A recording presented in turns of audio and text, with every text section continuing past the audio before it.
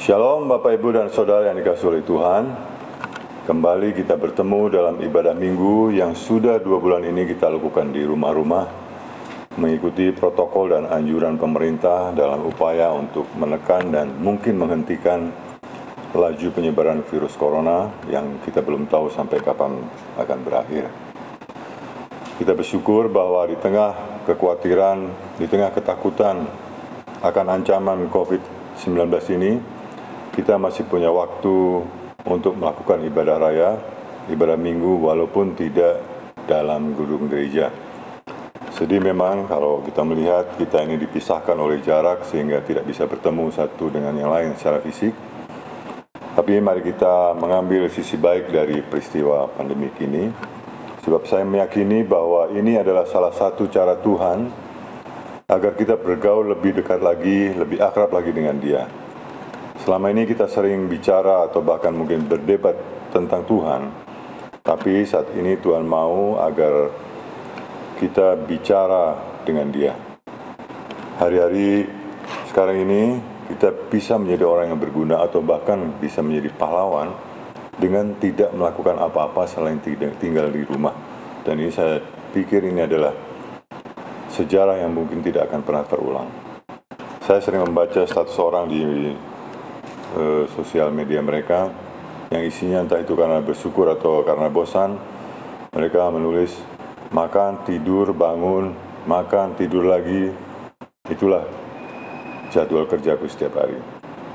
Dan saya jadi ingat beberapa tahun yang lalu, sekitar 10 atau 9 tahun yang lalu, ada sebuah film yang diangkat dari sebuah novel dengan judul yang sama, yaitu Eat, Pray, Love. Dan sejak itu banyak sekali saya jumpai bumper stiker di mobil-mobil yang bertuliskan Eat, Play, Love, Eat, Sleep, Serve, Eat, Play, Party, dan sebagainya. Nah, film atau novel itu cerita tentang seorang penulis yang bernama Elizabeth Gilbert, yang dalam film layar lebarnya dibintangi oleh Julia Roberts, yang pada suatu saat, pada titik tertentu, merasa bosan atau jenuh dengan kehidupan pernikahannya, sehingga memutuskan untuk bercerai. Setelah proses panjang perceraian itu akhirnya selesai, dia melakukan perjalanan atau liburan selama setahun dengan tema Eat, Pray, Love tadi, di mana 4 bulan pertama dihabiskan di Italia untuk berwisata, termasuk kuliner, ini Eat. Kemudian 3 bulan berikutnya belajar spiritual atau pray di India, dan yang terakhir ke Indonesia, tepatnya di Bali, di mana dia menemukan kembali love atau cintanya.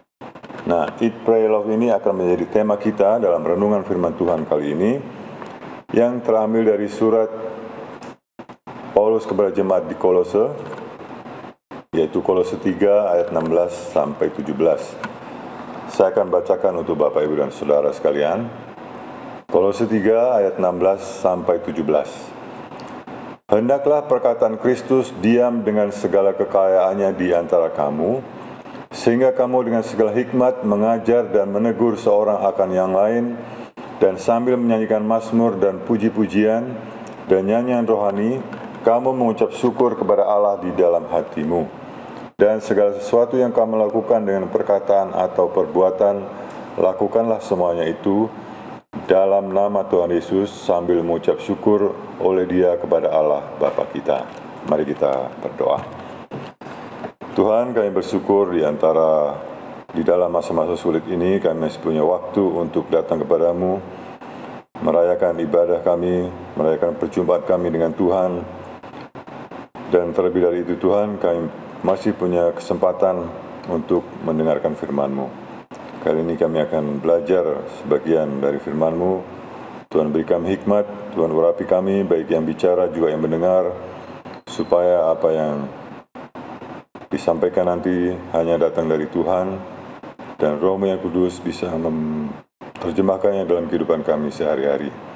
Terima kasih Bapa, berkati kami serahkan jam pemberitaan ini ke dalam tangan-Mu. Dalam nama Tuhan Yesus kami boleh bersyukur dan berdoa.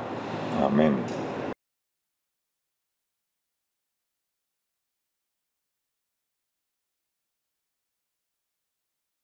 Bagian pertama dalam renungan kita kali ini adalah eat atau makan. Dalam ayat 16 tadi, surat ini diawali dengan kalimat yang berbunyi, "Hendaklah perkataan Kristus diam dengan segala kekayaannya di antara kamu." Mari kita perhatikan baik-baik kalimat ini. Jika kita menginginkan sesuatu untuk diam atau masuk ke dalam tubuh kita, maka salah satu cara adalah dengan memakannya atau meminumnya.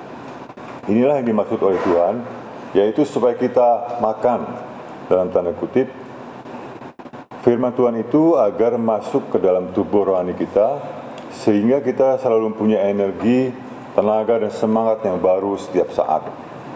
Saya mencoba membaca arti makan ini dalam Kamus Besar Bahasa Indonesia. Ternyata di sana ada berbagai jenis, ada berbagai macam arti, mulai dari memasukkan sesuatu ke dalam mulut, sampai ada makan teman, makan buah, makan anak tetangga, dan sebagainya. Tapi arti makan yang ditulis pertama ini adalah memasukkan makanan pokok ke dalam mulut, mengunyah dan menelannya. Artinya, sebelum kita memasukkan dengan cara menelan, makanan itu kita kunyah dulu. Dan saya percaya kita sambil mengunyah, kita menikmati rasanya, baru kemudian kita telan. Nah, demikian juga dengan firman Tuhan. Saya percaya kita punya waktu banyak sekarang ini untuk membaca Alkitab setiap hari. Stay home, work from home, diam di rumah, self lockdown, atau apapun istilahnya. Yang jelas kita punya banyak waktu yang bisa kita manfaatkan untuk membaca firman Tuhan, bahkan mungkin sampai khatam. Dan ketika kita membaca, kita harus mengunyahnya, merenungkan kebenaran-kebenarannya, dan dengan pertolongan Roh Kudus sampai akhirnya kita tahu dan memahami apa yang ingin Tuhan sampaikan kepada kita, apa yang Tuhan kehendaki dalam diri kita. Singkatnya, kita mengerti Tuhan bicara apa melalui firman yang kita baca hari itu. Inilah eat atau makan sebagai salah satu kegiatan yang bisa kita lakukan di saat seperti ini. Saya percaya inilah cara Tuhan untuk berbicara kepada kita ketika kita tidak bisa pergi kemana-mana dengan leluasa. Jadi Bapak, Ibu, dan Saudara sekalian, marilah kita memanfaatkan kesempatan yang langka ini untuk lebih banyak mendengar suara Tuhan melalui firman-Nya. Selanjutnya mari kita perhatikan kata diam dalam kalimat ini. Kalau kita masuk ke dalam rumah, lalu diam di dalamnya, artinya kita masuk sampai ke ruang yang paling pribadi, yang paling penting, dan diam atau tinggal di sana. Kalau kita masuk dari pintu depan, kemudian keluar dari pintu samping atau pintu belakang, itu hanya mampir atau lewat saja. Nah, firman Tuhan juga demikian. Kita tidak bisa membaca sambil lalu dan melupakan apa yang kita baca itu. Tetapi firman itu harus diam dalam diri kita, dalam pikiran kita, dan tidak kita lupakan. Di dalam hati kita, dalam pengertian dan akal budi kita, firman itu akan tetap tinggal dan nantinya akan diterjemahkan dalam kehidupan kita dengan pertolongan Roh Kudus. Jadi sekali lagi, agar firman itu bisa tinggal dalam diri kita harus memasukkannya ke dalam hati dan pikiran kita. Kita harus memahami dan menikmati makna spiritualnya. Kita harus mempercayainya sebagai firman yang keluar dari Allah sendiri.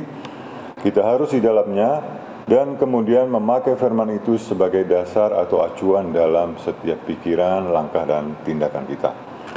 Firman itu masuk ke dalam diri kita bukan seperti orang asing atau sekedar tamu sementara, tetapi lebih seperti anak atau anggota keluarga yang tinggal di dalam rumah sendiri.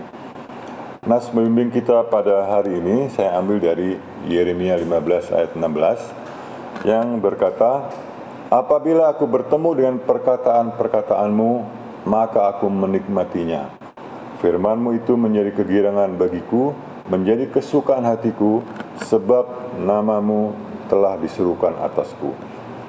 Kalau saya baca di versi bahasa Inggris, dikatakan lebih jelas, menikmati ini disebutkan I did eat them.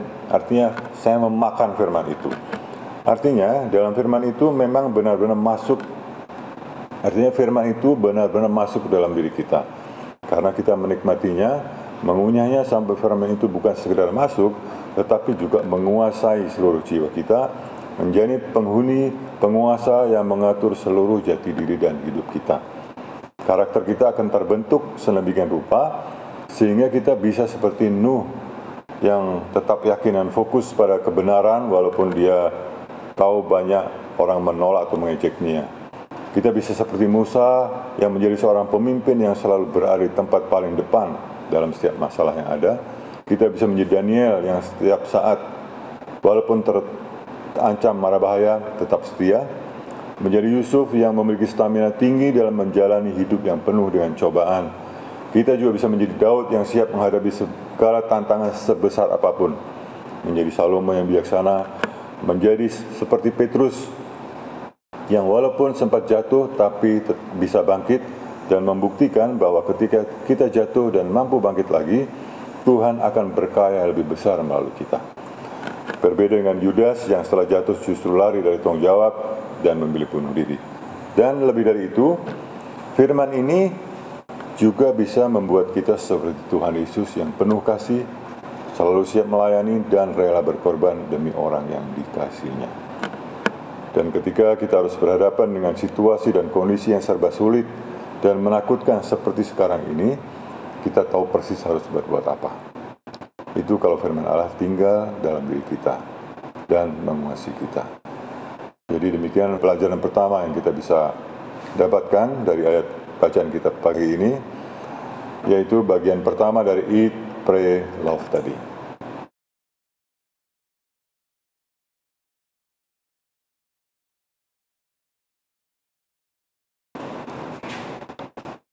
Yang kedua adalah pray.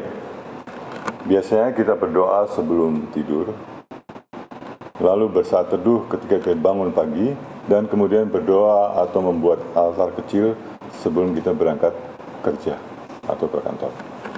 Tapi saat ini kita tidak kemana-mana. Kalau kerja atau belajar, semuanya itu lebih banyak kita lakukan di rumah. Kecuali kita jualan online, dan harus pergi mengantar barang yang dibeli oleh pelanggan kita baru kita jalan. Mari kita kembali pada bacaan tadi. Hendaklah perkataan Kristus diam dengan segala kekayaannya di antara kamu, sehingga kamu dengan segala hikmat mengajar dan menegur seorang akan yang lain. Dan ini yang kita perhatikan, sambil menyanyikan mazmur dan puji-pujian dan nyanyian rohani, kamu mengucap syukur kepada Allah di dalam hatimu. Inilah yang Tuhan mau agar kita lakukan dan terus lakukan pada masa-masa sekarang ini, yaitu berdoa. Pray atau bersekutu dengan Tuhan secara pribadi. Kita patut bersyukur karena kita punya akses langsung kepada Tuhan. Sebagai imamat, kita bisa berkomunikasi langsung dengan Tuhan tanpa harus melalui orang lain atau perantara, entah itu majelis, hamba Tuhan, atau siapapun juga. Kita bisa langsung datang kepada Tuhan, punya akses langsung bicara dengan Dia. Coba bayangkan kalau doa itu seperti sebuah sambungan telepon ke surga misalnya. Jadi kita ini seperti sedang menelpon ke surga. Kita tekan nomor atau hotline surga, kemudian ada suara answering machine yang berbunyi, "Terima kasih telah menghubungi surga." Untuk bicara dalam bahasa Inggris, tekan 2, misalnya seperti itu. Karena kita tidak tekan apa-apa, maka kita otomatis dianggap mempunyai pilihan dalam bahasa kita sendiri. Kemudian mesin itu berbunyi, "Terima kasih. Untuk doa ucapan syukur, tekan 1. Untuk doa permohonan, tekan 2. Lalu mungkin kita sedang sakit, kita mau minta supaya Tuhan menyembuhkan, kita tekan angka 2. Kemudian terdengar jawaban lagi. Karena kita mau melakukan permohonan. Kemudian untuk masalah kesehatan tekan 1, untuk masalah rumah tangga tekan 2, untuk masalah gereja tekan 3, untuk masalah ekonomi tekan 4, dan seterusnya. Lalu kita tekan 1 karena kita mau mengajukan permohonan. Dijawab, "Terima kasih, mohon tunggu sebentar." Kemudian ada musik misalnya, "Allah kuasa melakukan segala perkara," ya, seperti itu. Kemudian kembali ke mesin penjawab tadi, berbunyi, "Mohon maaf, seluruh petugas kami sedang sibuk. Anda bisa menghubungi kembali." Tutut. Nah, misalnya seperti itu, kalau kita sakit mungkin kita sudah parah atau pingsan. Nah, sekali lagi Tuhan memberikan akses yang full kepada kita untuk bicara langsung kepadanya. Kita bisa curhat tentang apa saja, kita bisa belajar mensyukuri segala sesuatu yang menimpa kita. Bahkan dalam kondisi seperti sekarang ini, kita masih bisa percaya bahwa di balik semua peristiwa yang ada, Tuhan punya rencana yang pasti indah buat kita. Nah, di hari-hari biasa, di tengah kesibukan kita, jam doa seringkali kita lupakan. Kita lebih berat pada hal-hal yang di luar hubungan dengan Tuhan. Kalau kita berdoa, kita seperti dikejar-kejar waktu, sehingga pikiran kita melayang-layang dan tidak fokus kemana-mana, tidak fokus kepada Tuhan dan apa yang akan kita sampaikan kepadanya. Nah, saat ini kita punya banyak sekali waktu untuk berdoa, dan saya percaya inilah salah satu maksud Tuhan, Dia mengizinkan terjadi pandemi seperti sekarang ini. Kalau selama ini kita hanya berdoa sambil lalu, terburu-buru, sekarang kita punya waktu yang banyak. Mari kita manfaatkan waktu itu untuk belajar bicara dengan Tuhan.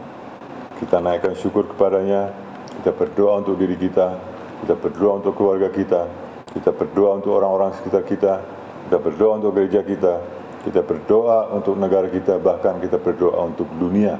Dan jangan lupa kita berdoa supaya banyak orang yang mencari Tuhan, dan Tuhan membukakan pintu supaya orang-orang itu masuk dalam pengenalan kepada Tuhan. Saya percaya setelah kondisi ini berakhir dan keadaan normal kembali, kita semua akan jadi pendoa-pendoa yang luar biasa. Amin.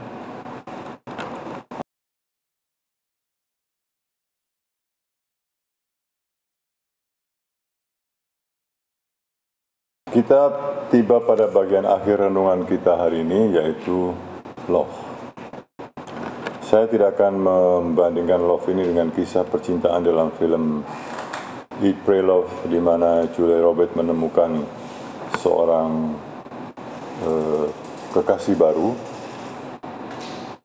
dari Amerika Latin, mungkin dari Brasil atau Argentina, saya lupa, untuk memulai kisah romantisnya di Bali. Tapi kita akan bicara tentang love sesuai dengan firman Tuhan. Walaupun di masa lockdown ini atau stay home ini banyak kejadian-kejadian lucu yang mungkin terjadi. Ada seorang suami, misalnya dia sering keluar malam sebelumnya, bertemu dengan teman-temannya, minum, dengar house music, geleng-geleng kepala dan sebagainya. Ketika ada masalah seperti sekarang ini, mau nggak mau dia harus di rumah. Tapi karena kebiasaan minum nggak bisa dihindarkan, tetap minum, dan suatu saat suami ini setengah mabuk, melihat istrinya lewat depannya, pakai celana pendek, pakai tank top, dia panggil, "Hei cantik, boleh minta nomor HP nggak?" Gitu. Terus istrinya jawab, "Kamu mabuk ya?" "Enggak, aku nggak mabuk. Aku masih bisa antar kamu pulang. Kamu pulang jam berapa?" Nah, seperti ini. Atau mungkin nanti ada akibat jangka panjang setelah masalah ini selesai.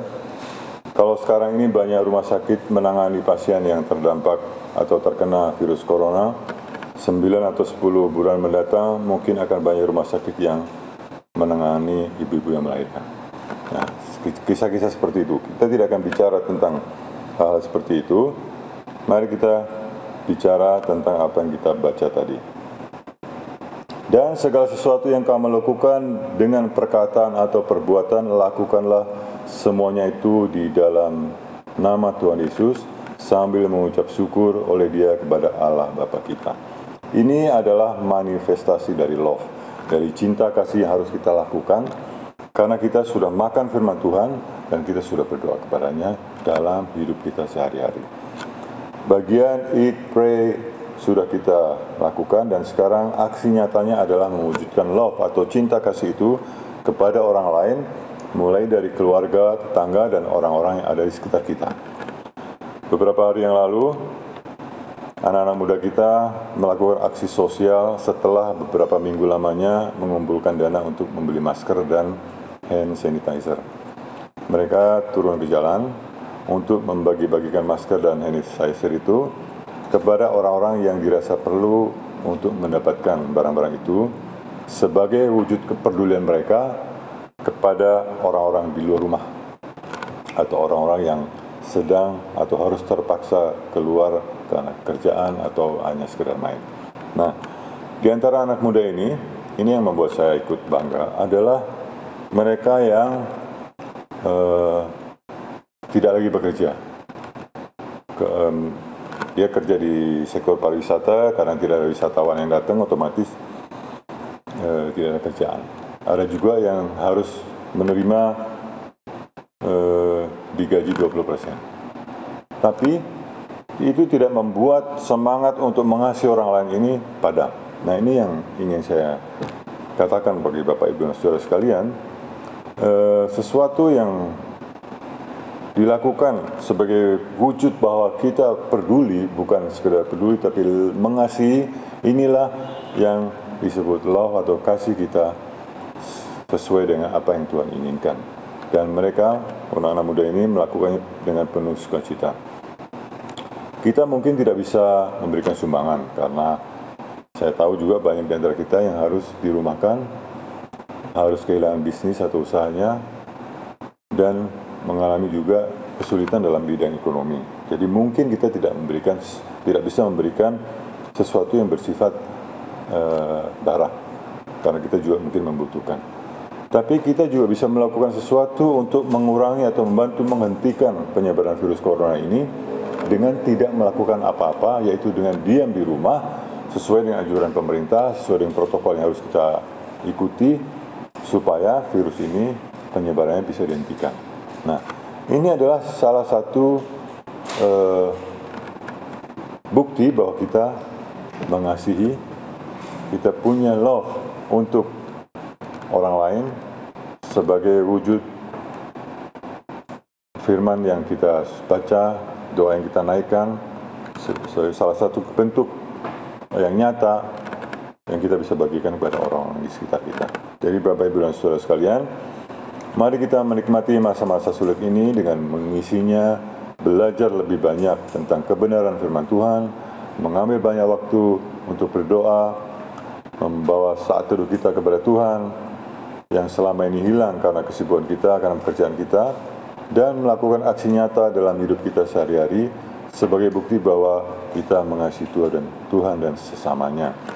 Ada satu, untuk menutup renungan pada hari ini, saya menerima satu klip atau satu foto atau apalah yang isinya komunikasi antara Tuhan dengan setan atau iblis dengan Tuhan. Iblis merasa bangga karena pandemik ini terjadi begitu hebat sehingga dia berani berkata kepada Tuhan, dengan COVID-19 aku telah menutup gereja-gereja Tuhan. Tetapi Tuhan menjawab, kamu salah. Justru akan membuka gereja-gereja di setiap rumah anak-anakku. Tuhan memberkati.